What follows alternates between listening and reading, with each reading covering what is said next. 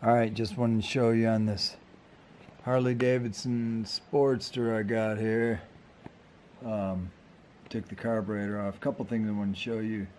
One of them is it just pops off with this boot. So you take the choke off the other side right here, take this off, push it straight down. It's got a slot on the other side instead of a hole, so it's kind of like an upside down C. You can loosen this nut here, slide it down, pull the carburetor out of this boot right here. It's just a piece of rubber. Take off your gas line, obviously, and this vent, the vacuum right here, take the vacuum off the back of the carburetor, which is in the back there. Yeah, right there. And so take the vacuum off, the gas off the gas line here, grab a hold of the front of it, pull it on out. You don't even have to take off the throttle cables. When you take the bottom off, you're going to slide this right down. You'll put that back in a minute. But anyways, when you take the screws out, be careful, because you'll mess up the screw heads like I did by using the wrong Allen or wrong Phillips head screw bit. So kind of rounded it off inside. So you got to get the right size. The other thing you do while the screw's in there, you take a hammer and you tap it, tap, tap, tap, kind of like an impact wrench. So you do that and it'll help them screws come out. But make sure you get the right size Phillips head on there.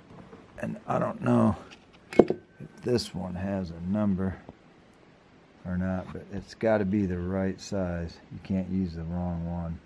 You'll round it out. Anyways, to get the float needle out, you got to pull this pin right here. This pin has to come out of this hole right here. It's got to come out through there. Well, the way that I did it is I pulled the pin out from the wrong side. So when you look at this carburetor and you're holding it just like this, make sure it looks just like that. That's where your needle will go right there. You pull it to the left. So you tap it from the right side here. You tap that pin from there. Pull it out the left. Don't go vice versa like I did. I literally pulled it from this side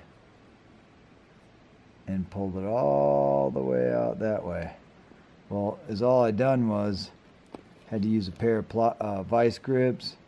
I flattened the end of it down there, grabbed a hold of it, twisted, pulled it, tapped it, bent it, all kinds of good stuff. Just trying to pulling it out of this side, because this hole's smaller than this hole. If you'll notice here, this has a flat spot. If I can keep this thing focused, this little tip right here is flat. You can see it's flat from the factory. That's flat, that's round. You can see it, flat, round.